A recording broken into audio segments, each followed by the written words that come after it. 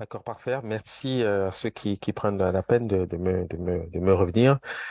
Aujourd'hui, nous allons donc aborder le dernier sujet de la série qui a été engagé maintenant, voici à peu près une semaine, sinon un peu plus. Et nous allons parler du zodiaque Dogon. C'est une discussion euh, euh, bon, que j'ai imaginée ouverte dans le sens que je vais parler de plusieurs choses.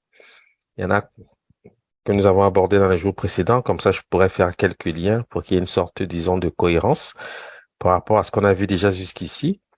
Et pour ce qui est nouveau, bon, il y aura peut-être des questions à la suite. Je prendrai un plaisir à y répondre. En tous les cas, je vous remercie d'être présent. J'espère que vous avez passé une belle journée et que cette communication, comme les autres, eh bien, saura nous éclairer sur des sujets qui, peut-être, n'ont pas toujours l'avantage d'être abordés euh, j- euh, dans les lieux que nous fréquentons, disons. Je peux le dire parce que je sais que c'est pas dans le parcours pédagogique normal qu'on rencontre ce genre de corpus. C'est pour cette raison que, naturellement, on prendra le soin, bien sûr, d'expliquer ce qui peut clairement l'être. Et puis, s'ils subissent des questions, bien sûr, je pourrais également y répondre. Voilà. Donc, merci d'être présent. Alors, je commencerai par une définition. Naturellement, il faut savoir ce que c'est qu'un zodiaque. Enfin, tout au moins, l'étymologie, hein. Le mot zodiaque vient du grec zoion, qui signifie animal. Donc, zodiaque signifie littéralement petit animal, image d'animal, quelque chose de ce genre, et désigne le cercle contenant les 12 signes parcourus par le soleil. D'accord? Le mot zodiaque vient du grec zoion, qui traduit en fait le mot animal en français, et désigne le cercle contenant, je pense que chacun le sait ici, le cercle contenant les 12 signes parcourus par le soleil. Alors d'emblée, je vais vous présenter donc une image qui provient bon, c'est une image de Gaume bien entendu, qui a été enregistrée par Dominique Zayan, c'était un ethnographe français. Et c'est cette image-ci, cette représentation que les Dogons appellent Amagongo, c'est-à-dire le tournoiement d'Ama littéralement. Et c'est une des représentations du zodiaque Dogon. Il y a plusieurs manières de représenter le zodiaque dans le monde soudanais. Aujourd'hui, je me limiterai à celle-ci parce que c'est documenté, on peut en parler librement, voilà. Et je tenterai à travers donc les notes de Dominique Zayan d'expliquer en quoi consiste cette représentation. Ok. Bon. Alors, Amagongo, bien sûr, c'est le nom que les Dogons donnent, je l'ai dit, au zodiaque, d'accord? Et les ethnographes lui attribuent donc le sens de matrice zodiacale du Yurugu. Alors, qu'est-ce que c'est que le Yurugu? Yurugu, c'est le nom du renard, littéralement, hein. Ça signifie renard au sein des langues Dogon. Bien sûr, on parle du renard pâle, qui n'est autre que Ogo. Donc, c'est la matrice zodiacale d'Ogo, d'accord? On s'en sert d'ailleurs, par ailleurs, pour faire la divination, bon, un ensemble de choses, parce que le renard sert à cela aussi dans l'univers soudanais. Quoi qu'il en soit, Amagongo, la matrice zodiacale du Yurugu, matrice à 3 registres, divisée en 2, qui sert de cadre à la divination par le chacal Yurugu. Mais en fait, c'est le renard. Dominique Zayan parle du chacal, parce que le chacal a quelques ressemblances avec le renard. Il suffit bon, d'observer les deux animaux, vous le verrez. Et en tous les cas, Yurugu désigne spécifiquement le renard. Mais on peut comprendre qu'on puisse parler dans ce contexte aussi du chacal. En tous les cas, c'est le même genre. Ils sont tous les deux roux, en tous les cas. Cette matrice contient 6 cases, comme vous le voyez, qui, du point de vue du temps, représentent des 12 mois. Alors, donc, il faut vraiment faire attention parce que ça paraît simple, hein. C'est toujours le cas quand on observe un objet ésotérique, notamment basé, fondé, qui fonde une pensée, notamment au Soudan. Ça a toujours des apparences de simplicité, mais c'est absolument recherché et plutôt complexe. Il faut vraiment le savoir, même si aujourd'hui, ça ne va être qu'un survol de ces questions. Donc, cette matrice contient 6 cases qui, du point de vue du temps, représentent les 12 mois de 30 jours chacun de l'année Dogon. Donc, on apprend une première chose ici, c'est que les Dogons ont 12 mois dans l'année et que ces mois durent 30 jours. C'est une première information. OK? Les deux groupes A et B. A, c'est en haut, B, c'est en bas. Même si je ne sais pas si vous le voyez. En tout cas, les deux groupes A et B de 3 cases représentent les deux parties de l'année correspondant à la saison sèche en A, c'est-à-dire en haut, et à la saison des pluies et de végétation en B, c'est-à-dire en bas, dont le commencement est marqué par la fête des semailles que les Dogons appellent Boulou. D'accord? Bon, on va aller dans le détail. Le côté A, c'est-à-dire le côté qui est en haut, est celui d'Amma, c'est-à-dire Dieu. Pour avoir une phraséologie égyptologique, je dirais que c'est Osiris, parce que c'est le monde intelligible. D'accord? C'est ce qui est en haut, là. OK? Le côté A est celui d'Amma, du ciel. Le côté B, celui du Nomo, la terre, c'est-à-dire le monde manifesté. Et les Dogons ont ce discours qui consiste à dire exactement que Nomo, c'est le monde organisé, c'est le moniteur de l'univers. Hein, c'est lui le monde organisé. Et son père est Amma, c'est le monde invisible. Voici pourquoi on dit que le dieu Amon signifie le caché. Bon, sinon, voilà. Mais il faut bien comprendre que Amma, bien sûr, c'est celui qu'on appelle Amon. Par ailleurs, c'est le même.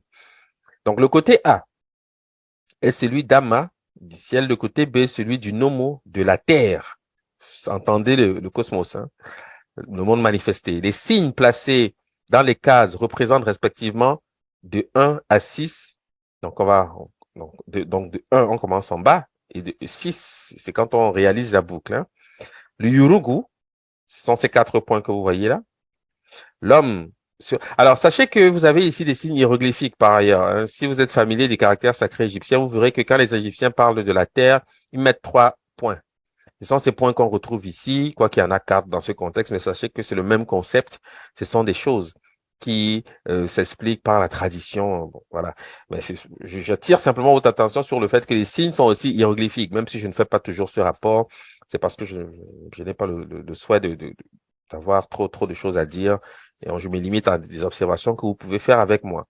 Donc, le Yurugu, l'homme sur la terre. Alors, l'homme sur la terre, c'est ce signe qui est bien sûr à l'envers. Parce que si vous observez la case numéro 5, qui est juste au-dessus de la case numéro 2, vous voyez que ce personnage est à l'endroit. Ce que vous voyez là, c'est la croix Ankh. Les Dogons l'appellent Adinikini, c'est-à-dire vie du monde. D'accord? Et si c'est à l'envers, il y a plusieurs raisons qui justifient cela. Mais sachez une chose, je vais le dire simplement pour que chacun sache de quoi je parle, puisque la tradition chrétienne reprend, disons, cette manière de concevoir les choses. C'est la raison pour laquelle, par exemple, vous verrez Saint Pierre, ainsi nommé, qui est le premier, disons, pape, entre guillemets, mais c'est un mythe, hein, je le dis aussi peut-être pour ceux qui ne savent pas, crucifié à l'envers. Il joue du même registre, il utilise les mêmes catégories du Soudan parce que le monde, c'est un peu comme si Dieu se regarde dans un miroir. Hein. Je donne, disons, cette métaphore, tout au moins cet exemple pour que vous puissiez comprendre réellement de quoi il s'agit. Et je dis également que c'est ce qui justifie du nom du premier pharaon d'Égypte. Dans la liste qu'on trouve au temple d'Osiris à Abydos, la liste que Séti Ier présente à son fils, le futur Ramsès II, commence par un pharaon qui est appelé Ménès par les Grecs. Quand vous lirez la graphie, vous verrez que c'est écrit Méni. Hein, Méni. Mais Méni, c'est le nom d'Amon écrit à l'envers. Hein, c'est Imen écrit à l'envers. C'est son nom. Si vous observez les graphies, bien quoi que je ne les présente pas ici. Hein, donc, c'était un roi mythique. Il ne faut pas imaginer là un roi qui existait parce que souvent, bien sûr, Ménès et Narmer, c'est le même individu. Mais ce n'est pas un personnage historique, c'est un personnage mythique. On aura possiblement ultérieurement l'occasion d'y revenir, mais je voulais juste attirer votre attention sur ce fait que les rois fondateurs sont toujours évidemment les fils. Oui, alors je disais que les rois mythiques sont toujours évidemment dans la projection, c'est Horus, c'est-à-dire c'est le fils. Et les termes mana, ça parie au moana, moine, mon, etc. pour signifier l'enfant au sein des langues dites bantou. Et d'ailleurs, c'est ce terme aussi qui est utilisé pour signifier voir. On dit kumona, par exemple en lingala, c'est komuna, euh, etc. pour signifier voir. En chibula, en chiluba, ce sont les mêmes mots, mona, dans les langues bantou, mais c'est le nom de l'enfant. Par exemple, enfant, tout au moins en Ewondo, au Cameroun, par exemple, on dit mon, c'est l'enfant. D'accord? En bassa, c'est man, c'est l'enfant. Donc, vous voyez que les mots de l'enfant sont les mots de ce qui est vu. Ceci participe de ce qu'on appelle une pensée symbolique. C'est la même chose partout. Vous devez le savoir. Chez les Bambara, pour dire l'enfant, on dit Den. C'est le nom du miroir dans les langues bantoues. Douala, c'est Djéné. En Elung, dans les régions Sawa du Cameroun, on va dire Déné. C'est le miroir. C'est toujours la même chose. Ça veut dire que nous avons la même pensée symbolique, que nous voyons les choses de la même façon. Donc, quand vous voyez ici représenter le signe à l'envers, c'est la croix, bien sûr. Donc, cela justifie cette fameuse crucifixion à l'envers du mythique Saint-Pierre. J'insiste sur le fait que ce soit un, un personnage mythique parce qu'on n'a jamais retrouvé sa tombe, évidemment. Mais il passe pour être donc le fondateur de l'Église catholique romaine. OK? Voilà. Donc, de 1 à 6, on a donc le Yurugu, l'homme sur la terre. L'homme sur la terre, il est représenté donc à l'envers. C'est la croix à l'envers, d'accord? La tombe, la couverture des morts, l'homme au ciel et Amma. Ah, l'homme au ciel, c'est le numéro 5, hein, c'est la case numéro 5, donc qui a son reflet, qui a sa projection sur terre, qui est donc à l'envers. Et quand on dit Amma, vous avez ici une représentation, j'allais dire, symbolique d'Amma. OK? C'est un masque qu'on appelle le Kanaga. Voilà, ce sont des choses que je n'ai pas l'opportunité, bon, je ne pourrais pas l'aborder aujourd'hui, mais ce sont des éléments, bon, très importants. OK? Il faut juste le savoir. Donc, chacun des signes est en rapport, comme on peut le supposer, ça c'est ce que dit Dominique Zayan, comment on peut le supposer avec les étoiles avec des étoiles ou des constellations. D'accord? Chacun de ces signes. Bon, on n'ira pas dans le détail, bien évidemment. Alors, l'ensemble renferme cet ensemble que vous avez ici sous les yeux renferme les 44 paroles d'Amma, les 44 paroles d'Amma, les 3 cases du côté B, les 22 paroles humides dont est faite la création, c'est le nomo. Les 3 fois 4 éléments résultant du triple mélange que fit Dieu au commencement de la création, ils sont contenus naturellement. Je vais en parler tout à l'heure. D'accord? En 1, il y a le feu. En 2, les 4 éléments ensemble, puisque c'est la case de la personne, l'homme en tant qu'entité, c'est-à-dire avec grand H, si vous voulez, rassemble les 4 éléments fondamentaux. En 3, c'est la terre. En 4, c'est l'air. En 5, c'est les 4 éléments. En 6, c'est l'eau. Parce qu'il y a une association intrinsèque entre eux, la figure d'Amma, c'est-à-dire le Dieu créateur, et puis l'eau. OK? Bon, alors pourquoi est-ce qu'on parle, quand on parle des 44 paroles, vous devez savoir qu'il y a ce qu'on appelle les paroles sèches et les paroles humides. La parole sèche, c'est la parole du monde invisible. Il y en a 22. Les paroles humides, c'est les paroles du monde visible. Il y en a également 22, donc l'association donne 44 paroles. Et ces 44 paroles signifient en fait, j'aurais pu dire la création, mais c'est pas tout à fait la création parce que quand je dis création dans ce sens, vous pouvez imaginer que je ne parle que de ce qui est visible. Non. Dans ma perspective, lorsque je parle de la création, j'inclus le monde invisible qui, n'est- qui, qui justifie du monde visible en réalité. Hein. C'est parce qu'il existe un monde invisible que ce monde dans lequel nous sommes existe. C'est la condition de l'un, comment dire, l'existence de l'un prouve l'existence de l'autre, hein, parce ils se tiennent en balance. Ils ont la même numérologie, etc. Bon, ils s'équilibrent d'une certaine façon. Voilà. Donc, pour les Dogons, la durée est un perpétuel renouvellement d'un tout quadrigémellaire. Pourquoi quadrigémellaire? Quadrigémellaire, c'est un mot composé de quadri, c'est-à-dire 4, et gémellaire, c'est-à-dire jumeaux. Donc, des 4 jumeaux qui forment donc des couples de mâles et de femelles. Donc, il y en a 8. Je vais y revenir aussi dans le détail tout à l'heure. Et dont l'essence est mesurée à l'instar du temps. Cette corrélation entre l'essence et le temps est exprimée d'une façon saisissante par les nombres 44 et 22. Ça, c'est ce que rappelle également Dominique Zayan. Tous deux expressions du cycle zodiacal du Yurugu. Donc, vous voyez que tout tourne essentiellement autour de la figure de Ogo. Pourquoi Ogo? Parce que c'est Ogo qui permet la création du monde dans lequel nous sommes. J'ai dit que c'était, on va dire, un accident. C'est comme ça que la mythologie veut qu'on présente la chose, que ce monde n'était pas dans les projets de Dieu et que c'est parce que Ogo, impatient, a voulu surprendre la création et créer son propre monde que le monde dans lequel nous vivons existe. D'accord? C'est pour cette raison que tout ce qui concerne le zodiaque, bien sûr, puisque le zodiaque ne se conçoit que par le tournoiement, qui lui-même est dans la description de la spirale de la création, c'est-à-dire l'avènement du monde tel qu'il existe, le monde dans lequel nous vivons, bien cela est intrinsèquement lié à la figure Dogon. Voilà pourquoi c'est lui qui gouverne en fait chez les Dogons ce genre de représentation. Donc, pour les Dogons, la durée est un perpétuel renouvellement d'un tout quadrigénaire dont le temps est cyclique. Ça aussi, il faut vraiment, vraiment, vraiment l'intégrer. Il ne s'agit pas seulement de le dire, vous devez en tirer quelques conclusions. Ça veut dire que ce que nous appelons la mort n'existe pas, au sens où c'est la fin de tout, parce qu'il y a des tout, on peut vivre ceci comme un drame absolu et en être malade, parce que il y a des gens qui n'ont pas la spiritualité qui permet réellement de gérer ce que nous appelons la mort de manière euh, saine. Voilà. Donc, il faut vraiment comprendre que le temps est cyclique. C'est quelque chose de fondamental. Le temps est cyclique. Et le fait que nous soyons ici, c'est par une conscience suprême, une volonté divine. Et le fait de notre mort, ce n'est qu'un passage. Donc, on peut dire que la mort existe si on la conçoit comme un passage. C'est aussi une manière pour nous de dire que la vie existe. Si la vie existe, c'est parce que la mort existe et vice-versa. Est-ce que nous appelons la mort, c'est le passage dans le monde invisible? Mais ce n'est pas la fin de tout, comme on peut le croire. Non. OK?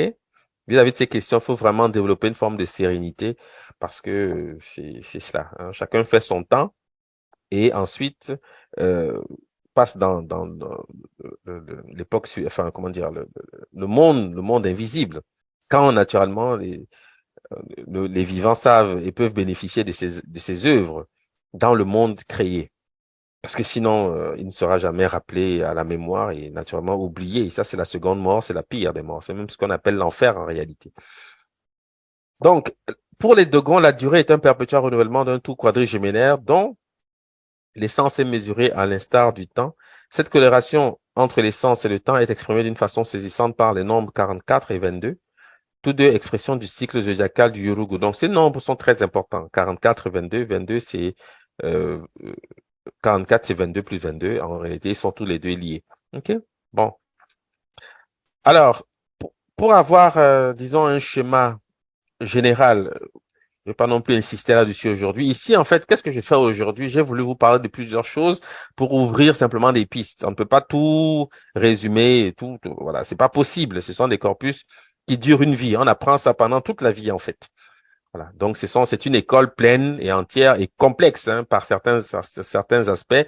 Mais je voulais vous donner une carte, disons, pour pouvoir vous orienter dans des questionnements. Sachiez où aller chercher quoi et comment les choses sont perçues de manière originelle. Voici la carte, en fait, ou le rendu Dogon de ce que nous pouvons appeler, disons, la création.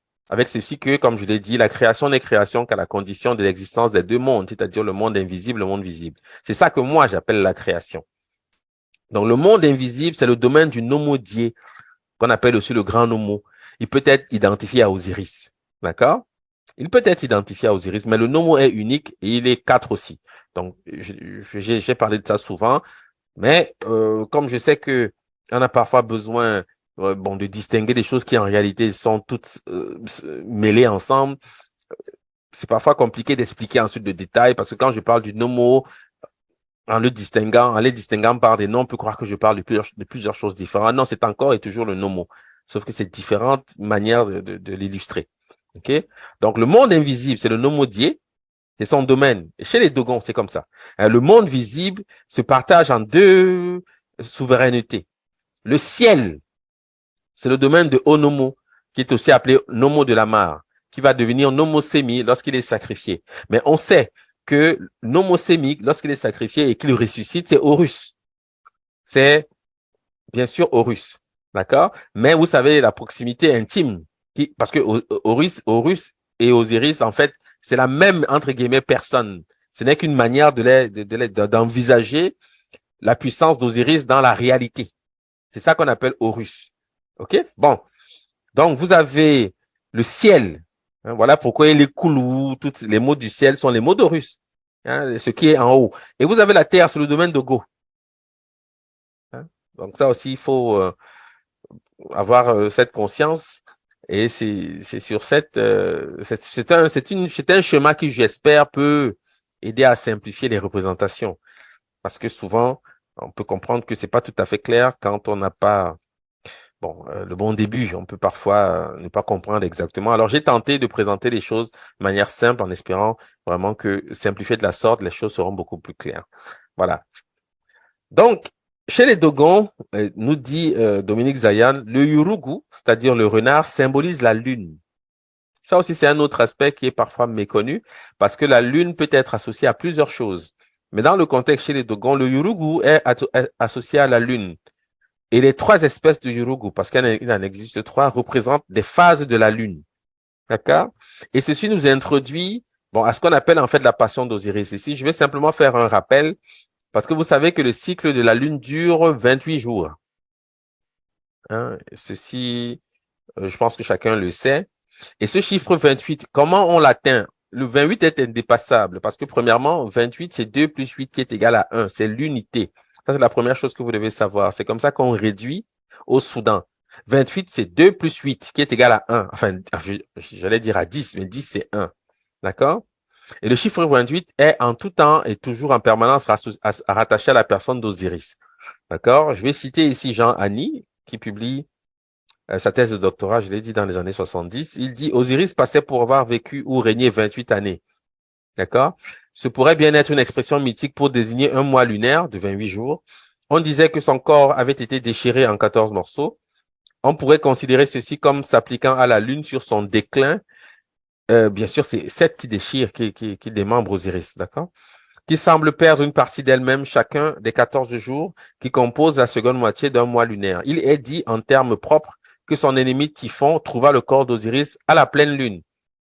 Ça, c'est ce que dit Plutarque dans le traité d'Isis et Osiris. Il dit que Seth, pour chassant, disons, un cochon, va découvrir, tout ceci a un sens, hein, va découvrir le corps d'Osiris et le découper en 14 morceaux. Il va donc les projeter aux quatre coins du pays. Et le 14e morceau, bien sûr, le membre viril ayant disparu dans le Nil, comme chacun sait, mangé par des poissons. Hein, c'est ce qui est dit. Bon, mais ce qui est intéressant, bien sûr, c'est le rapport que les Dogons établissent entre Yurugu, c'est-à-dire Ogo, hein, c'est lui, et la lune. Et dans le discours mythologique égyptien, on fait donc un rapport permanent entre les phases de la lune et la personne d'Osiris et le démembrement. Parce qu'on prétendait que ces phases de la lune, puisque la lune, par son apparence, car c'est ce qui est vu, hein, toujours qui instruit nos ancêtres par rapport à la volonté divine. Donc, par ses apparences, c'est celle qui arrachait des morceaux de la lune. D'accord? C'est cela. Donc, ces événements, nous dit plus tard, donc la mort d'Osiris, ces événements se passèrent, dit-on, le 17 à Tyr, mois pendant lequel le soleil passe par le signe du Scorpion, et la 28e année du règne d'Osiris. Donc, vous aviez donc une permanence dans la description de la relation que ce nombre 28 entretient avec la personne d'Osiris. Certains auteurs disaient qu'il avait régné 28 ans, d'autres disaient qu'il était mort à 28 ans. Mais tout ceci avec l'idée que c'est toujours le chiffre 28 qui revenait. Pourquoi? Parce que le chiffre 28, bien sûr, est dans la description du cycle lunaire. Et les Soudanais, les mois sont lunaires. Je le dis, en tout cas chez les Dogons, c'est le cas. Certains pourtant prétendent que ce nombre d'années correspond au temps de l'existence de ce Dieu et non à celui de son règne. Ça, c'est ce que rappelle encore une fois plus tard, ceci pour insister sur le chiffre 28. Alors, pourquoi 28? Parce que, au-delà de l'observation qui est tout à fait naturelle, que le mois lunaire, c'est 28 jours, et au-delà du fait que le mois lunaire, c'est-à-dire ces 28 jours, sont aussi rattachés, bien sûr, au cycle menstruel chez la femme, donc une relation intime, finalement, avec la lune, bien évidemment, mais ceci est codifié par, vous devez le savoir, la loi fondamentale. Pourquoi? Parce que 28 est intrinsèquement rattaché à la quadrigémelléité permanente dans les perspectives qui concernent le temps, le calendrier, les cycles dans le Soudan. Comment la chose doit être envisagée? Un couple, c'est-à-dire les jumeaux, si vous voulez, je vais le dire de cette façon, parce que vous savez que les quatre éléments sont perçus comme des jumeaux. Voilà pourquoi on parle de la quadrigémelléité. Ils sont quatre. Et ils forment des couples. Mais le couple, c'est l'homme et la femme. C'est le masculin et le féminin. Le masculin, c'est 3. Le féminin, c'est 4. Le masculin, c'est 3. le féminin, c'est 4. Ça veut dire qu'un couple a valeur 7. C'est-à-dire une personne. Parce que je l'ai dit de cette façon, c'est aussi de cette manière que l'être humain, même l'individu, est constitué. Parce que chaque être humain a une partie masculine et une partie féminine. Quand c'est un garçon, cela suppose que le masculin a pris le dessus. Quand c'est une fille, cela suppose que le féminin a pris le dessus. Mais en tous les cas, les deux sont toujours mêlés dans l'individu. Dans l'individualité, nous avons toujours les deux principes qui sont présents, puisque constitués des 4 éléments fondamentaux. Et vous savez que l'air et le feu sont masculins, la terre et l'eau sont féminins. Et ce sont ces 4 éléments qui constituent la personne. OK? Donc, si vous faites le compte 7 plus 7 plus 7 plus 7, autrement dit 7 fois 4, c'est 28. Voici pourquoi 28 est indépassable. Voilà pourquoi la Lune, le cycle lunaire, c'est 28 jours. C'est la loi fondamentale qui l'impose. Vous devez le savoir aussi pourquoi les menstrues chez la femme, c'est 28. D'accord? C'est dans la perspective du cycle lunaire également. Il faut vraiment comprendre que ce n'est pas là un fait du hasard. C'est pour cette raison qu'on peut dire avec assurance que c'est la manifestation de la vérité.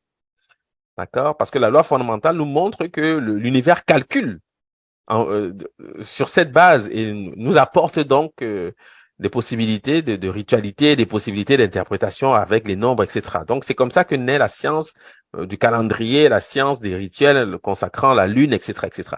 Il faut vraiment comprendre cela. Bon. Une fois que ceci est dit, je l'ai dit, 28, c'est 2 plus 8 égale 10 égale 1, et c'est le système de réduction numérique soudanais. Et vous allez donc remarquer que, bien sûr, les phases de la Lune, bon, je vous présente ici, il y a 28 stations, il y a 14 stations croissantes et 14 stations décroissantes. C'est 28 stations au total, et ces 28 stations se résument dans l'unité. Pourquoi l'unité? Parce que l'unité, bien sûr, vous le savez, c'est le premier principe. L'unité, c'est le premier principe, c'est le principe de l'âme. Le nombre de l'âme, c'est le chiffre 1. D'accord? Le nombre de l'âme, c'est le chiffre 1. On peut dire aussi 28. C'est la même chose. On dira dans ce contexte toujours la même chose. Donc, vous avez 14 stations croissantes et 14 stations décroissantes. Ici, pour faire une relation, mais je n'insisterai pas trop, c'est la raison pour laquelle vous avez dans le christianisme les fameuses 14 stations du Christ, hein, lorsqu'il est crucifié. C'est une imitation. C'est un discours fondé sur le cycle lunaire. Hein, ici, en l'occurrence, c'est les stations décroissantes, mais il y a aussi les stations croissantes qui sont ici omises. Mais enfin, vous devez comprendre que l'un dans l'autre, ceci s'explique par les 14 morceaux du corps d'Osiris également. Donc, Jésus condamné, Jésus est chargé de la croix. Bon, je le dis peut-être pour ceux qui ont une culture, une tradition chrétienne, ils sauront certainement mieux que d'autres que ça existe, parce qu'on ne le sait pas toujours. Mais la rigueur des 14 stations décrites dans le christianisme viennent des descriptions qui se rapportent à la passion d'Osiris. Hein. C'est la mort et la résurrection d'Osiris. C'est de cela qu'il s'agit en réalité. C'est ça l'original vis-à-vis de ces questions. Bon, à la suite de cela, bien sûr, il faut donc, puisqu'on a compris que la Lune joue un rôle important dans les descriptions du sigle calendaire du zodiaque chez les Soudanais, questionner le nom que porte la Lune.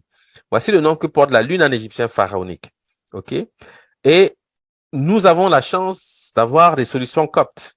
C'est-à-dire, nous savons comment ça se prononce, cette graphie ici. Ça se dit Hok, la Lune. C'est un mot qui correspond au chiffre 1 des langues subsahariennes. Pour la raison que c'est 28. 28, c'est 2 plus 8 égale 1. Voici pourquoi, pour appeler la Lune, le copte, en tous les cas, l'égyptien pharaonique utilise la racine pour signifier 1. Je donne quelques exemples ici. En Sango, qui est une langue bantoue RCA, on dit Oko. Bobangi, c'est Oko. Yoruba, c'est Oko. Chez les Akans, c'est Eko. Et je vous prie donc d'être attentif. Quand je dis Oko, sachez que c'est Ogo. Hein?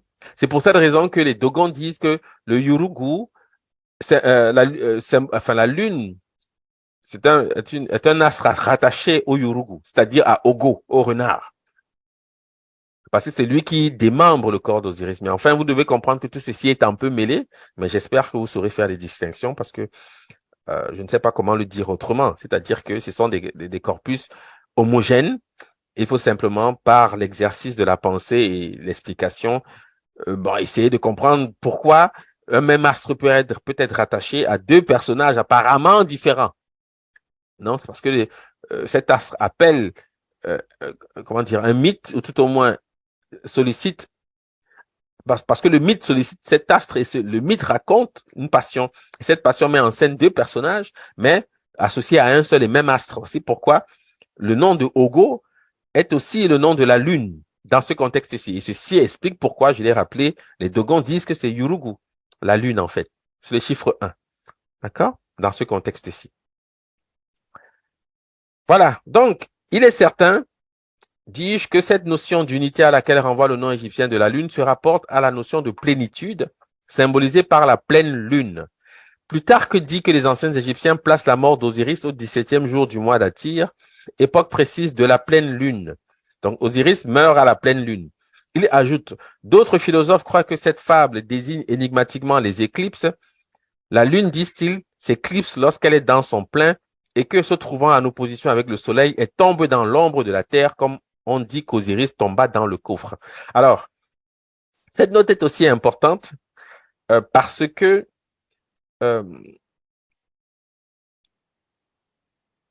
la passion d'Osiris, en résumé, raconte le retour d'un roi, Osiris, qui va être piégé par son frère, Seth, et mis dans un coffre qui sera donc jeté à l'eau. À la suite de cela, l'histoire est longue. Isis entreprend une quête. Elle retrouve le corps elle dépose dans le delta. Et Seth, donc une nuit de pleine lune, retrouve donc ce corps et bien sûr le démembre cette fois-ci en 14 morceaux. D'accord? Donc, ce démembrement-là, parce que Osiris meurt une nuit de pleine lune, pourquoi? Parce qu'il faut que la lune soit pleine, c'est-à-dire l'unité, c'est ce qu'il incarne. Il faut que la lune soit pleine pour qu'elle puisse être, pour que les morceaux puissent en être arrachés. Donc, quand vous observez la lune perdre donc son quart, sa moitié, etc., on disait à ce moment-là que c'était Seth qui était en train d'arracher les morceaux du corps d'Osiris. D'accord? C'est pourquoi Plutarque dit ici que d'autres philosophes croient que cette fable désigne énigmatiquement les éclipses. La lune, disent-ils, s'éclipse lorsqu'elle est dans son plein, c'est-à-dire qu'elle commence à perdre de ses morceaux lorsqu'elle est dans son plein, et que se trouvant en opposition, c'est-à-dire lorsque la lune est en opposition avec le soleil, on parle de la nouvelle lune. D'accord? Elle tombe dans l'ombre de la terre, parce que à ce moment-là, elle est invisible. Comme on dit qu'Osiris tomba dans le coffre, c'est-à-dire le coffre de Seth. Donc, c'est une histoire qui tourne autour de du personnage de Go pour les motifs que le nom même de la lune a une proximité manifeste, évidente, avec ce personnage que nous appelons Ogo. D'accord? C'est-à-dire le renard, Yurugu. Donc, pour que les choses soient claires, j'ai voulu vous présenter, donc, parce que c'est pas toujours qu'on a à l'esprit la course des astres en général, et bien sûr la course de la lune en particulier. Vous devez savoir ce que c'est que la pleine lune. Vous devez savoir ce que c'est que la nouvelle lune. La pleine lune est apparente lorsque, et c'est toujours la lumière, vous devez toujours faire attention à un fait singulier, c'est que nos ancêtres s'instruisent en vertu de ce qui est vu. C'est ça qu'on appelle l'initiation. J'ai tenté de l'expliquer la dernière fois.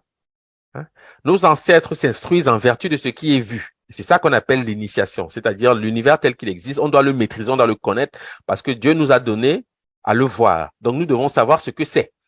C'est pour ça que j'ai souvent rappelé que l'ignorance ne nous sauve pas. Bien au contraire, c'est la connaissance qui permet justement d'avoir la victoire sur les forces du chaos, du mal, etc. On peut utiliser comme ça les synonymes, mais enfin, vous comprenez ce que je veux dire, c'est-à-dire de ce fameux Ogo, de ce fameux Seth.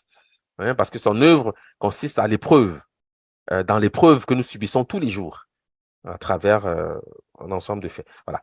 Donc, qu'est-ce que c'est que la pleine lune? La pleine lune est apparente lorsque la lune se trouve en face du soleil et que nous tenons dans la nuit. C'est-à-dire que, par exemple, je ne sais pas comment l'expliquer, parce que c'est pas tout à fait rectiligne. Ici, bon, le chemin est un peu facile parce que les choses sont alignées. Non, ce n'est pas aligné comme cela. D'accord? Le cosmos, les astres se déplacent dans le cosmos. D'accord? Donc, ce qu'il faut savoir simplement, c'est que on parle de la pleine parce que la lune n'émet aucun, vous savez, la lune n'émet pas de lumière.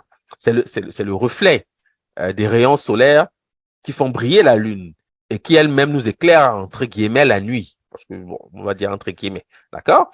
Donc, c'est lorsque la lune est en face du soleil, c'est-à-dire, c'est lorsque la lune enfin, c'est lorsque la Terre, je vais dire ça comme ça, parce que je préfère utiliser la position de la Terre, puisqu'il faut géocentrer les choses, c'est quand même mieux de le dire de cette façon. C'est lorsque la Terre est entre le Soleil et la Lune qu'on dit que c'est la pleine Lune.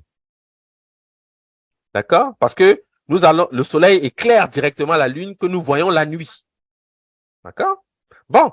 Mais lorsque la Lune, puisqu'elle tourne, passe, se situe maintenant entre le Soleil et la Terre, elle, elle tombe dans l'ombre, c'est-à-dire que le Soleil éclaire la partie cachée de la Lune, que nous ne voyons jamais. Hein, vous devez savoir qu'il y a une face cachée de la Lune qu'on ne voit jamais. La Lune nous présente toujours la même face, en fait. Et à ce moment-là, bien sûr, elle est donc invisible puisque la lumière nous éblouit. Donc, on ne voit pas. Voilà, c'est à ce moment-là qu'on parle donc de la nouvelle Lune. Ensuite, vous avez donc le premier croissant, le second, le premier quartier, etc., la lune croissante et la pleine lune. Donc, on dit que Osiris meurt un jour de pleine lune et que il tombe dans le tombeau à la nouvelle lune parce qu'il devient invisible. C'est le chiffre 1 parce qu'il il a totalement disparu. Il n'est plus visible. Mais vous savez que ce qui est visible, c'est Horus. Donc, il y a un rapport ici étroit qui unit donc la royauté. Voilà pourquoi le mythe qui raconte la passion d'Osiris, c'est-à-dire la mort d'Osiris, en fait met en scène les rituels d'intronisation des rois. Par exemple, des Ogons. Chez les Dogons, c'est clair.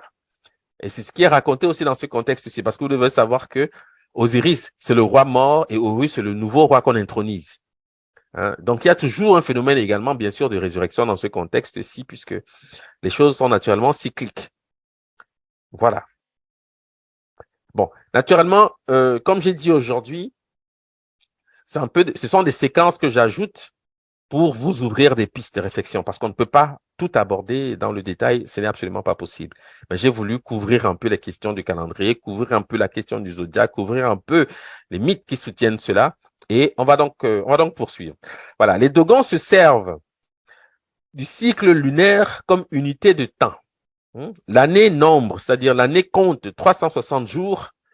Pour respecter le cours des saisons, les Dogons ajoutent le nombre respectif de jours au 360 sans changer la valeur numérique de ce dernier nombre. C'est ça qu'on appelle les jours épagomènes chez les Grecs, les jours ajoutés, qui ne rentrent pas dans le compte de l'année. Hein? Ce sont des jours, entre guillemets, suspendus, qu'on ne compte pas dans l'année, parce ils sont supposés être néfastes. C'est pour vous dire que les Dogons ont ce qu'on appelle les jours épagomènes. Et ça montre encore une fois, s'il fallait évidemment le rappeler, le caractère intrinsèque, enfin, éminemment égyptien des perspectives soudanaises.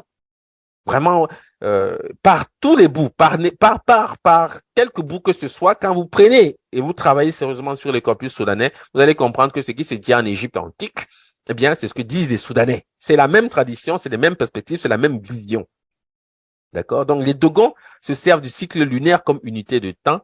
Vous savez que la lune, en égyptien pharaonique, c'est le déterminatif pour les mois. Donc, ça montre aussi que les anciens égyptiens avaient cette même perspective. L'année compte 360 jours pour respecter le cours des saisons. C'est exactement les conditions qui font naître ce qu'on appelle les jours épagomènes. Les Dogons ajoutent le nombre respectif de jours au 360 sans changer la valeur numérique. Hein? Ils ajoutent, mais ils ne comptent pas de ce dernier nombre. Disons toutefois, ça c'est Dominique Zayan qui rappelle ceci, il dit, disons toutefois que selon le compte de Gon, 100 égale 80, c'est-à-dire 8. Ce qui fait que le nombre 360 est exprimé par 440, qui se dit Sunnepenne, c'est-à-dire 44. Donc une année, c'est 440 jours. 44, c'est-à-dire 8. D'accord? Donc on revient à la quadrigémelléité, on revient à un ensemble de faits déjà évoqués plusieurs occasions ces derniers jours. D'accord? Donc, ils ne sont pas distraits par le fait que l'année dure 365 jours. Ça, c'est pour les perspectives actuelles. Pourquoi on aboutit à cette conclusion? Vous savez qu'il y a eu des réformes, César, le calendrier julien, aujourd'hui le calendrier grégorien, et on est dans cette habitude qui consiste à dire que l'année, c'est 365 jours. Écoutez, je vais vous expliquer quelque chose d'extraordinairement curieux. Dans le calendrier actuel, souvent les gens ne prêtent pas attention à cela. Dans le calendrier, pour que le calendrier actuel soit effectif,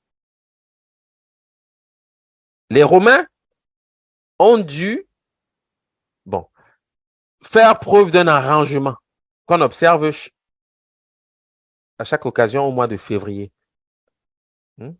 Vous savez que tantôt, souvent, le mois de février, je crois peut avoir 28 ou 29 jours, je ne sais plus. En tous les cas, ça dépend des années. Mais c'est une façon de régler ce problème des jours manquants. Je le dis de cette façon, mais je vous inviterai à prêter une attention singulière à ce phénomène parce que c'est comme si on enlevait un jour à l'année d'une certaine façon. Bon, c'est des réflexions que j'ai souvent eues. Je suis en train, en ce moment, de faire des rédactions, de rédiger sur ces questions, donc je ne veux pas trop m'établir là-dessus. Enfin, aller dans trop de détails, ce n'est pas nécessaire, j'aurai l'occasion d'y revenir. Mais je voulais juste attirer votre attention sur ce phénomène. Le mois de février, c'est aussi le mois de purification, je le tiens en passant, donc peut-être que ce n'est pas un hasard, mais enfin, ce qui est important, c'est d'observer qu'on s'arrange aujourd'hui par ce moyen. Il y a aussi le phénomène de l'année bissextile que le Soudan connaît, mais ils ont préféré en fait la stratégie des jours épagomènes. Donc, ce sont des choix qu'on doit pouvoir opérer et savoir que dans notre contexte, on ne dira pas que l'année c'est 360 jours. Même si on sait que c'est 360 jours, par le compte singulier du Soudan, puisque vous savez que chez les Dogons, 100 c'est 80, c'est ce qui est dit ici, on va aboutir à 440 jours. Et c'est encore mieux de l'envisager comme ça parce que là, on rentre dans une cohérence qui nous expose donc à des choses que nous avons déjà vues. La base de tout ceci, que ce soit le zodiaque, le calendrier, tout ce que j'ai pu dire déjà jusqu'ici, bien sûr, c'est l'œuf primordial. C'est le ventre des signes d'Ama. C'est ce qui est présenté ici. Ça, c'est un dessin authentiquement Dogon auquel j'ai rajouté les éléments fondamentaux tels qu'ils sont disposés. Vous avez l'eau et l'air, vous avez le feu et la terre avec leurs signes spécifiques chez les Dogons. Ces signes s'appellent les boumous. Les boumous, bon, je ne sais pas si c'est... En tout cas, c'est comme ça que c'est appelé. Boumo le terme boumo attribué à ces signes vient de boumo qui signifie ramper. Voilà. Mais c'est dans la stratégie, la théorie des signes chez les Soudanais. C'est aussi toute une théorie, vraiment. On va pas rentrer là-dedans, mais c'est simplement pour vous dire que il y a naturellement des représentations qui y sont associées. Et c'est aussi bien, naturellement, de s'en souvenir. Donc, la base de tout ceci, bien sûr, ce sont les 4 éléments fondamentaux. C'est l'œuf primordial que les Dogons représentent de cette façon. Il est représenté de cette façon. Il est aussi appelé le tableau des signes, le ventre des signes d'Ama. C'est comme ça qu'il est appelé. Et c'est cet œuf primordial qui produit ce que nous appelons donc le Bokoni, avec ses spécificités. J'en ai souvent parlé. Je vais peut-être en dire quelques lignes aujourd'hui, avec toujours les mêmes distributions, les 4 éléments fondamentaux. Alors, vous devez savoir que le Bokoni a ceci de singulier, qu'il expose, premièrement, les raisons pour lesquelles on aboutit toujours au chiffre 8 lorsqu'on parle du temps, du cycle et du calendrier. C'est la raison pour laquelle le calendrier qui émite à 2 nouvel an. De faire des solstices. Puisqu'il y a 2 solstices, il y a nécessairement 2 nouvel an. Et les équinoxes, c'est des positions aux extrêmes du chiffre 8. Parce que le chiffre 8, c'est 2 cercles. Et le Bokoni représente 2 cercles. Qui tournent dans des directions opposées. Et c'est ça la course du soleil. D'accord? C'est la course du soleil. Et vous avez donc ici ce qu'on appelle le triple mélange. À chaque fois, vous verrez, par exemple, si je prends l'exemple de l'air, l'air est constitué de 3 mélanges. Le mélange de l'eau, du feu et de la terre qui eux-mêmes font état naturellement de valeurs numériques. 4 pour ce qui concerne la terre, parce que la terre est réputée féminine, c'est-à-dire féminin. 3 pour ce qui concerne le feu, puisqu'il est masculin. 4 pour ce qui concerne l'eau, puisque l'eau est féminine ou féminin. D'accord? Donc, 4 et 4, et ensuite 3. C'est toujours le même procédé. Dieu a procédé par un triple mélange pour créer les 4 éléments fondamentaux. Donc, vous avez la terre, c'est la même chose. L'air, la terre est constituée de l'air, du triple mélange de l'air, de l'eau et du feu. Et sachez que ce triple mélange codifie les jours de la semaine, les heures de la journée, dans tout le détail pour ce qui concerne le temps, les dispositions relatives au temps, et donc c'est-à-dire au zodiaque, parce que ça c'est un zodiaque, le Bokoni c'est une autre façon de représenter le zodiaque, même si je ne l'ai pas dit, sachez que c'est de cela qu'il s'agit. puisque c'est les 12 mois de l'année Bambara qui sont inscrits, puisqu'il y a 12 tranches, vous le voyez. Ce sont les 12 mois du calendrier Bambara. C'est la course du soleil.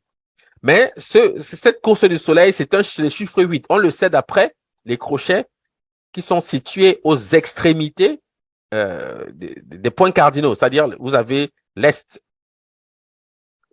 l'Ouest, vous avez le Nord, vous avez le Sud. À chaque extrémité, vous avez des crochets que les Bambara appellent les épaules de Koni.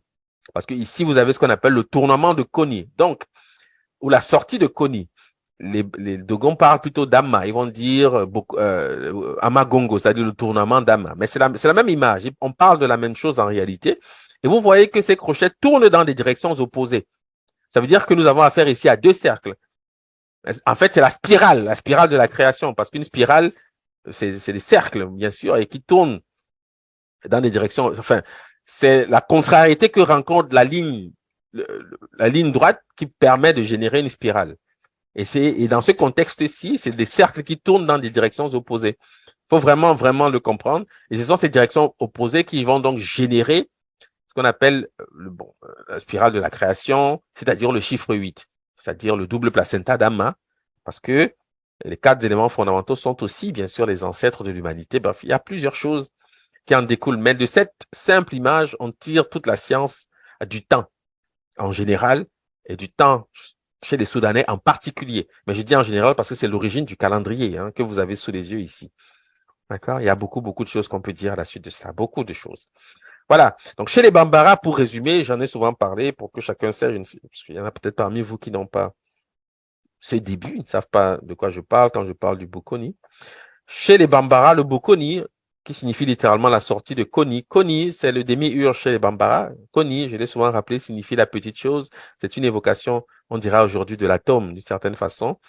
Donc, le Bokoni schématise la création de l'univers. Avec sa division en 4 angles, c'est les Kenani, en 12 maisons. Le Bokoni exprime le plus clairement la notion de quadrigémellité. Donc, on revient toujours à la même réalité. La quadrigémellité est aussi celle qui justifie le chiffre 28. Je l'ai expliqué à travers les nombres notamment. Voici pourquoi c'est le chiffre d'Osiris, 28, c'est-à-dire l'unité 1. D'accord? Voici pourquoi on dit qu'il a régné soit 28 jours, enfin qu'il a soit régné 28 jours, soit qu'il est mort à 28 ans. C'est cela. Parce qu'on veut insister sur ce fait. Tous les nombres symboliques de l'essence divine, de l'essence de la divinité, exprimant en même temps les correspondances entre les mondes visibles et invisibles, ils sont représentés.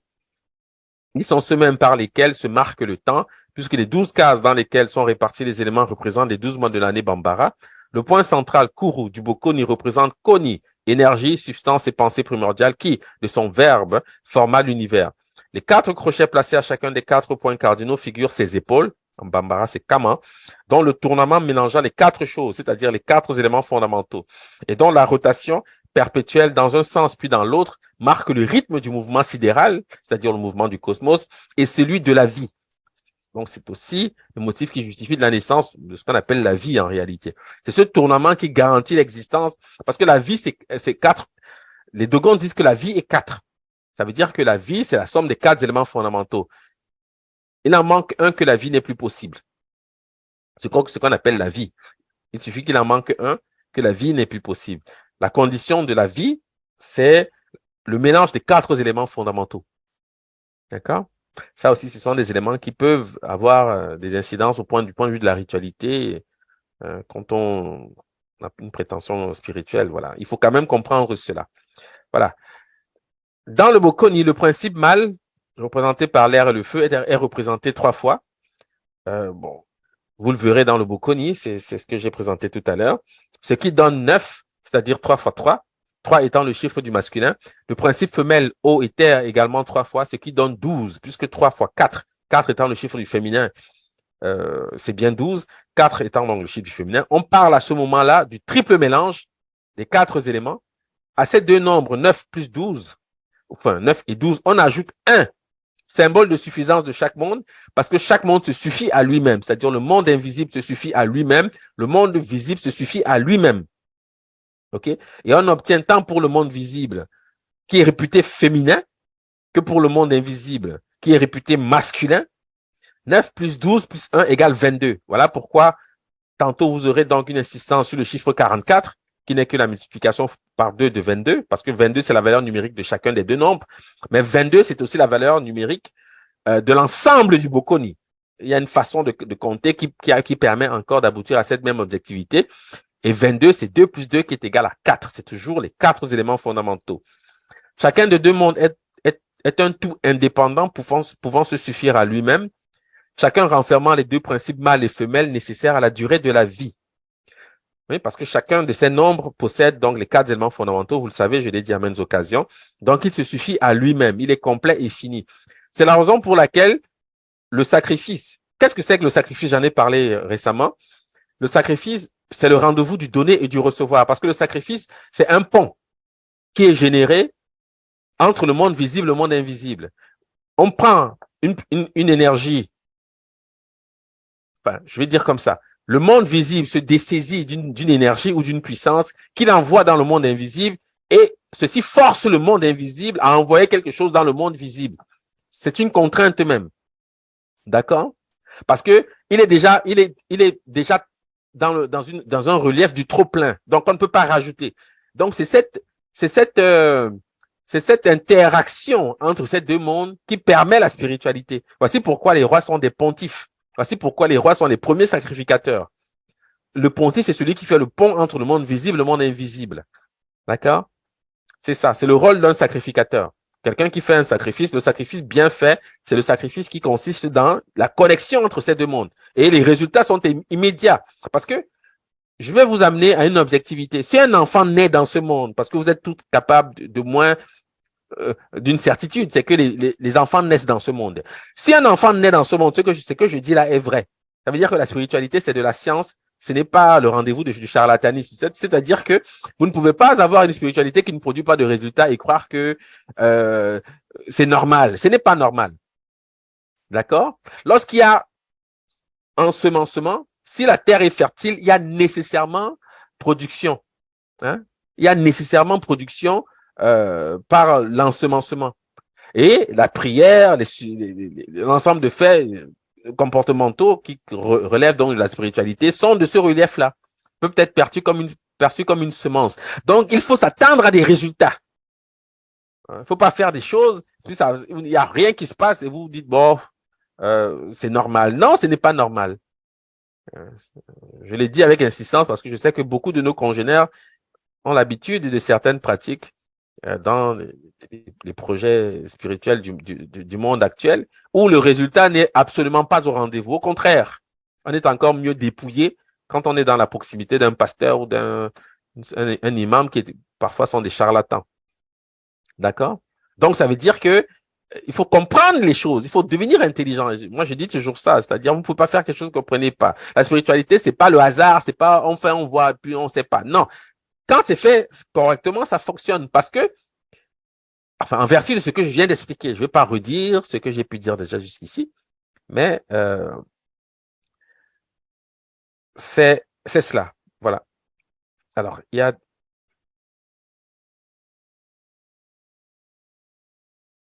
OK. Voilà. Donc, chacune des deux parties qui forment deux unités distinctes, soit 21 plus 1 égale 22, 21 plus 1 égale 22, contenues dans un seul tout, 22 plus 22 égale 44. Le chiffre 44, le nombre 44, symbolise la mesure de tout ce qui existe et les liens unissant les quatre jumeaux divins. 44, c'est 8. J'ai souvent présenté cette image aussi pour insister sur le fait que le monde invisible, le monde visible peuvent être perçus. Bon, c'est pas tout à fait exact, mais je préfère le dire de cette façon pour que vous ayez les schémas clairs, comme la figure d'Isis et Osiris. Et l'ensemble, mais quand je dis l'ensemble, j'aime mieux parler du cosmos dans ce contexte qui est la production des deux. C'est le monde organisé qui est Horus. Voici pourquoi Horus va solliciter les mots du chiffre 8, ce qu'on appelle la sémataï, c'est-à-dire les deux terres. C'est de cela qu'il s'agit, c'est-à-dire l'unification de la haute et de la basse Égypte. Ce n'est qu'une dialectique qui repose sur ces éléments-ci. Mais quand je dis que Isis représente la terre, c'est pas tout à fait juste, mais c'est que j'aime parfois simplifier. Mais la simplification, parfois, peut créer plus de complications qu'autre chose. Parce qu'en réalité, le cosmos, c'est Horus. Isis est aussi dans une moindre mesure, à une proximité, mais dans une moindre mesure avec le monde intelligible. Parce que ces représentations la montrent clairement. en association avec Osiris dans le tribunal. Elle est en compagnie d'Osiris. Ça veut dire que elle a une possibilité d'intercession qui est quand même intéressante de ce point de vue, parce qu'elle se situe à la frontière entre l'invisible et le visible. Hein, c'est vraiment la position de la femme, c'est ça. Elle est à la frontière entre les deux mondes. Voilà. Donc, c'est mieux dit de cette façon, mais vous voyez que c'est un peu plus compliqué. Donc, comment l'expliquer quand on veut faire un peu économie de temps? C'est pas évident, mais j'espère que vous avez compris ce que j'ai dit. Voilà. Donc, naturellement, ce chiffre 8 est dans la description du cycle perpétuel. Chacune des parties qui forment deux unités distinctes, etc., etc. C'est le chiffre, on produit donc le chiffre 44 qui devient le chiffre 8. C'est ça qu'on appelle le zodiaque, hein. Même si je ne dis pas ça à chaque occasion, parce que j'ai décidé de traiter ça avec des éléments que vous avez déjà vus auparavant. Le sujet, j'ai décidé de traiter de ce sujet avec des éléments que vous avez déjà vus auparavant. C'est ça, le zodiaque, c'est-à-dire les 12 mois de l'année, c'est le Bokoni. Bokoni, c'est deux cercles. Les deux cercles, les voici, qui tournent dans des directions opposées, et c'est perpétuel retour des choses. Donc, quand on meurt, on passe dans le monde invisible. Quand on est, on revient dans le monde visible. Quand on meurt, on passe dans le monde invisible. Quand on est, on revient dans le monde invisible. Et je vous ai dit que Isis se tient donc à la frontière des deux mondes. Voilà pourquoi la Vierge Marie, enfin, quand je dis la Vierge Marie, je parle d'Isis. Bon, je vais corriger pour ne pas faire d'erreur. Voilà pourquoi la Vierge est, bon, je connais pas comment ça se dit au féminin, mais intercesseur. C'est-à-dire elle peut être priée pour faciliter les liens. Et elle se tient exactement à cette frontière. Voilà pourquoi elle est la tisseuse. Parce que il y a un phénomène de tissage entre ces deux mondes qui va donc apparaître. Le tissage consiste dans la relation enfin, le lien entretenu par ces deux mondes, le monde visible, le monde invisible. Voici pourquoi on utilise la métaphore du tissage, la technique du tissage. Quand on parle donc de la Vierge, elle est généralement donc rattachée à cette notion. Ça aussi, j'en ai beaucoup parlé ces jours précédents. Mais elle se situe exactement à la frontière, hein, parce que c'est elle qui permet le passage dans le monde visible. Et les femmes, puisqu'elles sont en contexte, pour ce qui concerne l'Égypte pharaonique, des pleureuses, elles se situent aussi à la croisée des chemins lorsqu'on décède. C'est elles, les pleureuses, qui accompagnent le défunt. Hein. Chez les Bassa, même, les veuves passaient des jours, faisaient une neuvaine en compagnie du défunt. Il y a un ensemble de faits, des choses qu'on fait, on rase la tête, elles s'habillent d'une certaine façon, on leur met des signes sur le corps avec du kaolin, etc. Il y a plusieurs choses, hein, qui rentrent dans la ritualité maintenant, qui sont observables dans les traditions, mais il faut comprendre qu'il n'y a pas meilleure accompagnatrice du défunt que les femmes, parce que la femme, c'est elle qui nous amène dans ce monde, et c'est elle qui doit nous ramener dans l'autre monde. Voici pourquoi nous avons la tradition des pleureuses. Enfin, pour ce qui concerne l'Égypte pharaonique, c'est évident, ça subsiste encore dans certaines autres traditions, parce que j'ai souvent assisté à des funérailles, mais il faut savoir ce qui justifie donc de cela. Et qu'est-ce que ça veut dire, en fait? Pourquoi est-ce qu'on fait tout ce qu'on fait là? Et ceci en prévision de notre propre décès, c'est-à-dire faut laisser des instructions pour que ceux qui ne savent pas sachent quand même comment nous accompagner, parce que le but réellement, c'est d'essayer de faire les choses dans l'orthodoxie. D'accord? Voilà, c'est la chose est claire. Donc vous voyez que ici, bon, pourquoi je parle de juin et de décembre, c'est parce que je parlais de la question des solstices, hein? Les solstices d'hiver. Les deux solstices se tiennent au croisement, hein, comment dire, au nœud, parce que le solstice, c'est toujours une naissance. Hein, quoi qu'on dise, le solstice, c'est une naissance. Et la naissance associe deux personnages, la Vierge et l'enfant. D'accord?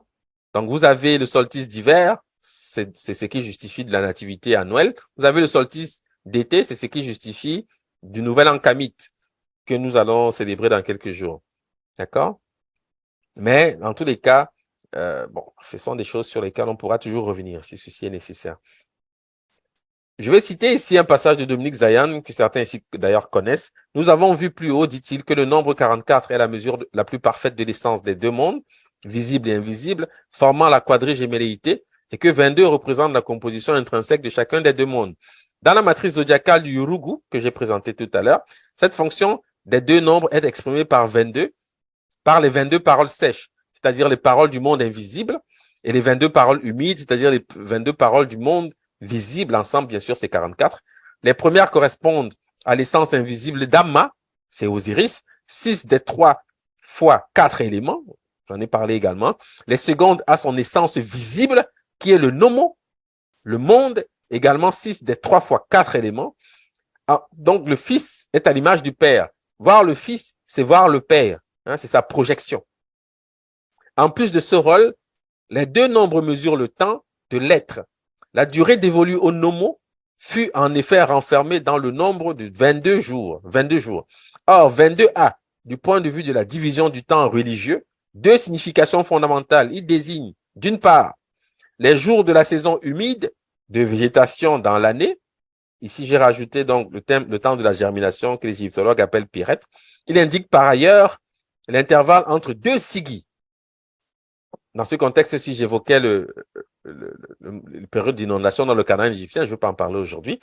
La première période est ouverte par la fête des semailles, qu'on appelle Boulou, qui, dans la matrice zodiacale, se place dans la case numéro 1 que nous avons vue tout à l'heure. Cette période dure 220 jours. 220 jours, c'est l'espace des cases 1, 2 et 3, donc en bas, que les Dogons expriment par 22 jours. C'est là la vie du Nomo dans l'année.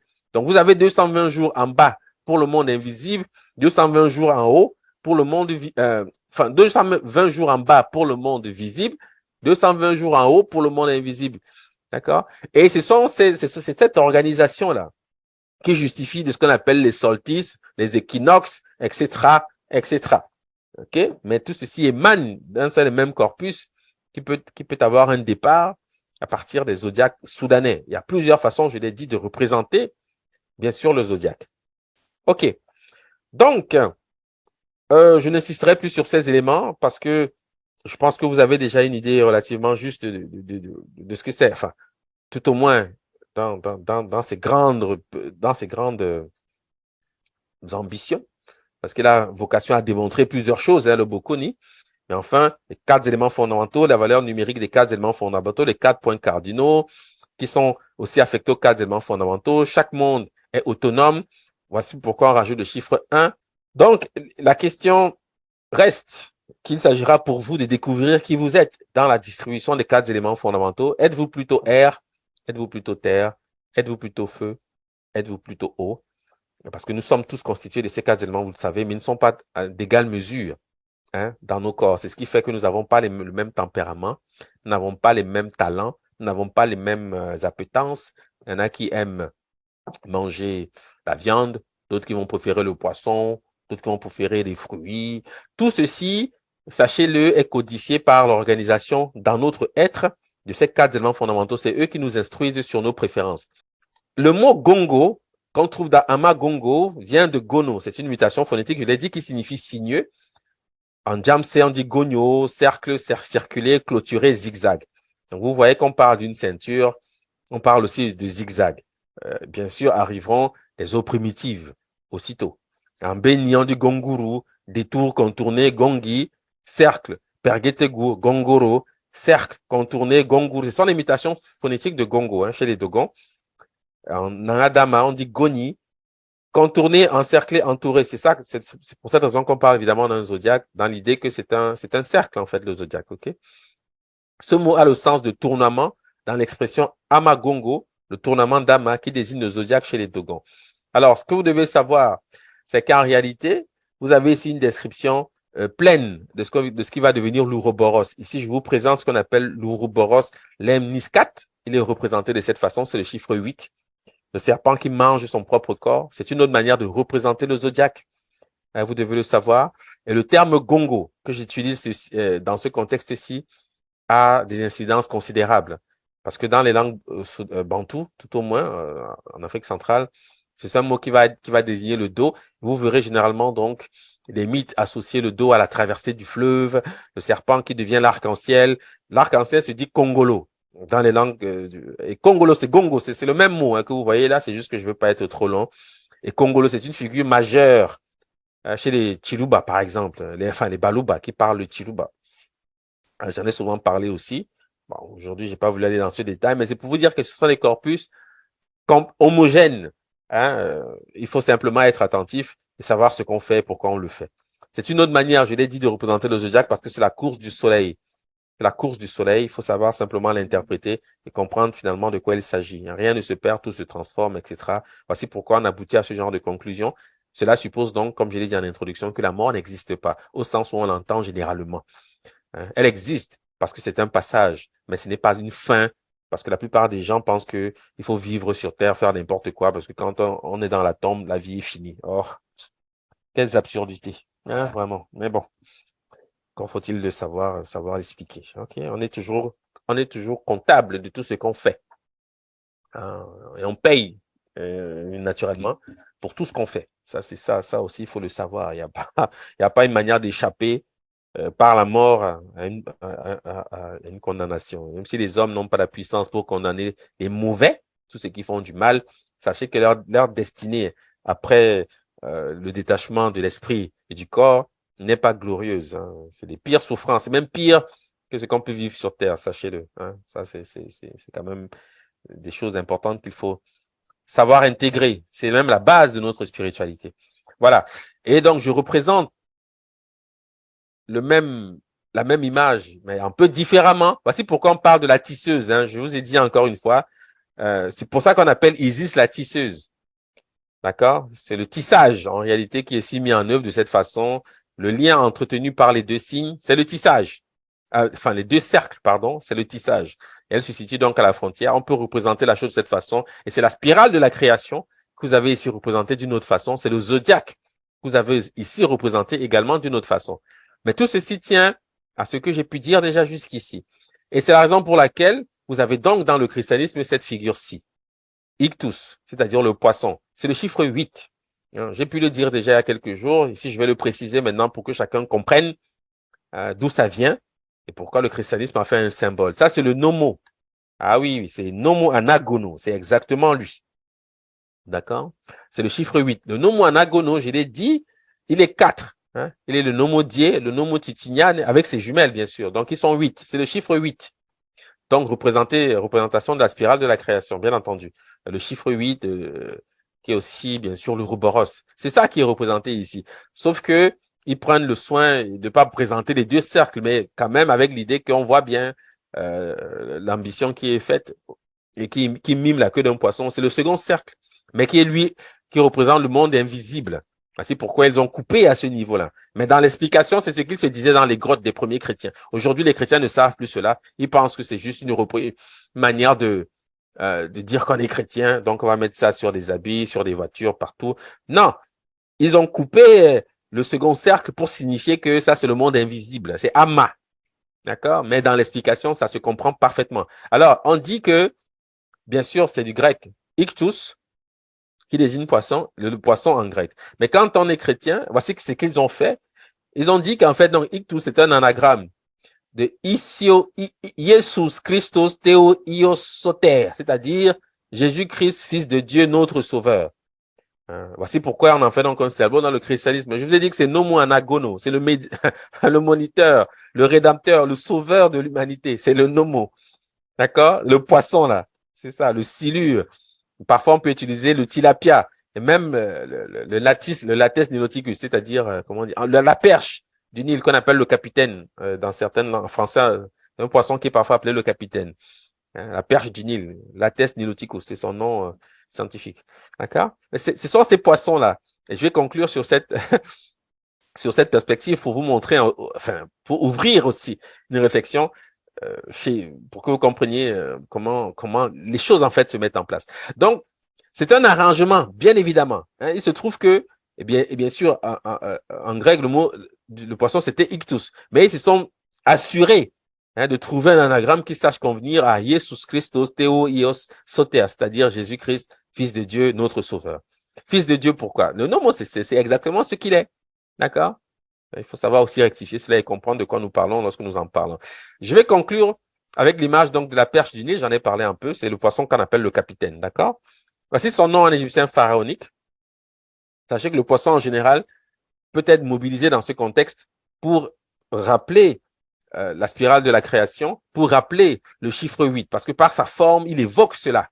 Voici pourquoi il est mobilisé notamment par les premiers chrétiens pour en faire un symbole, lorsque prétendant ils étaient donc persécutés. D'accord?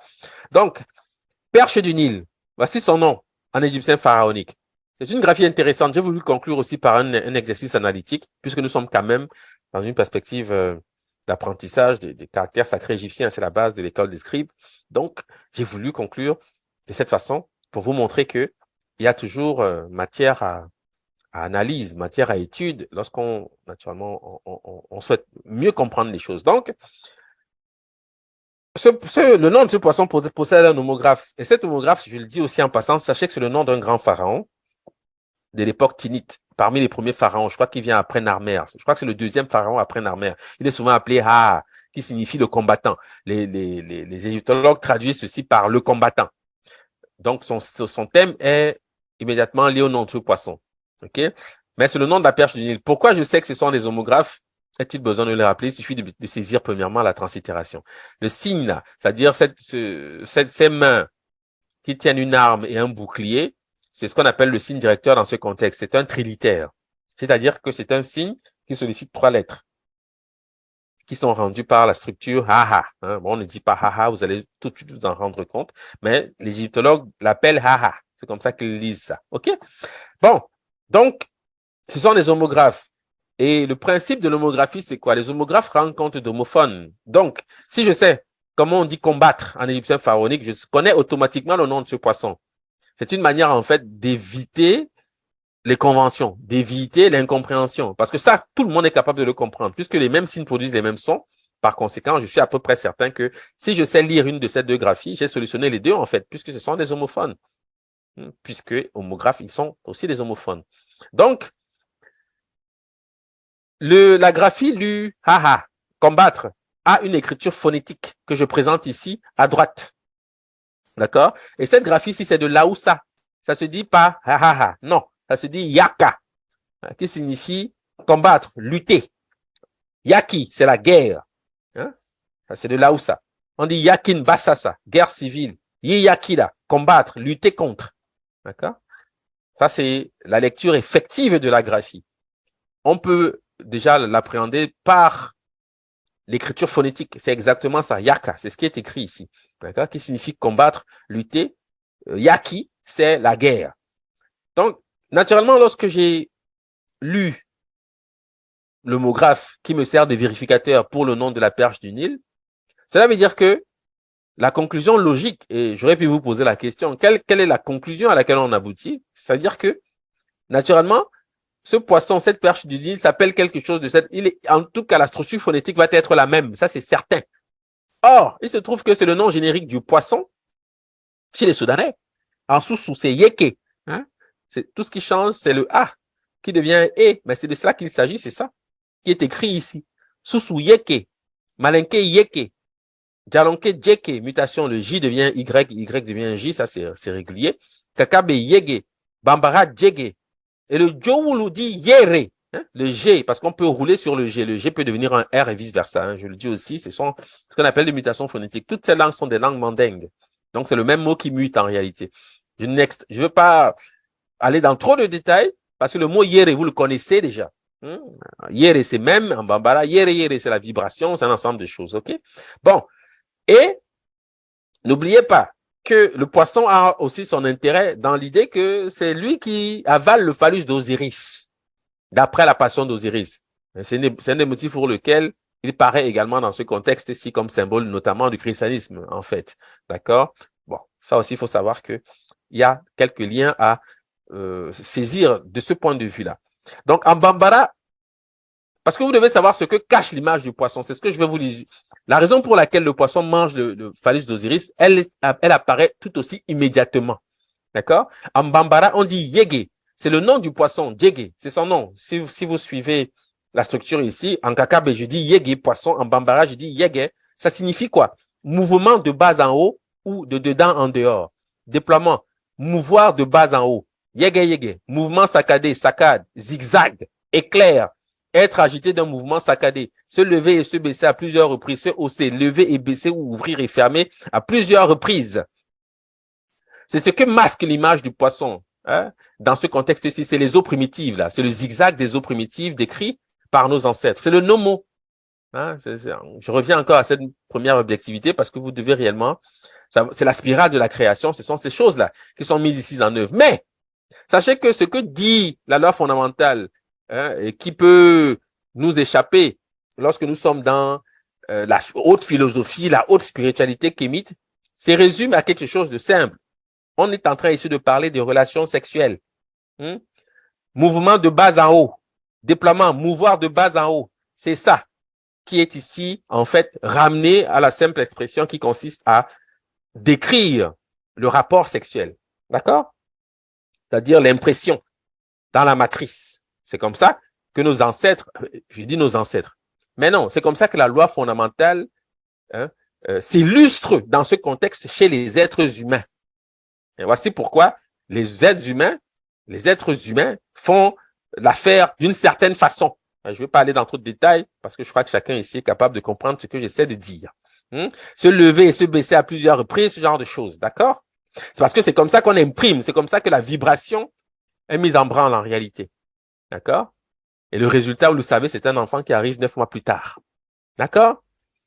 Voilà. Donc, ce que je voulais faire aussi, c'est vous montrer que au-delà de la mythologie, au-delà de ce qu'on peut dire de très savant, de très sophistiqué, il faut aussi observer la nature parce qu'elle nous enseigne finalement ce que veut la divinité, c'est ce que veut Dieu, comment le monde fonctionne.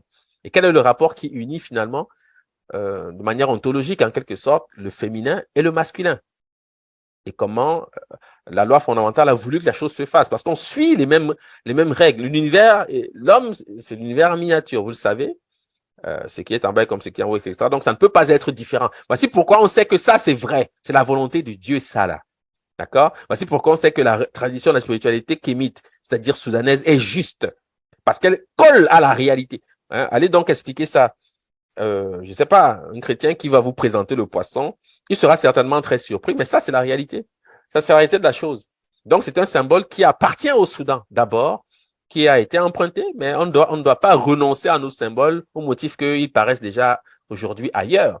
Non, parce que nous avons l'original sur ces questions. Il faut savoir donc le revendiquer, le réhabiliter, tout en l'expliquant, parce que ça peut naturellement, en contexte, puisque nous sommes dans une période de transition, prêter à confusion.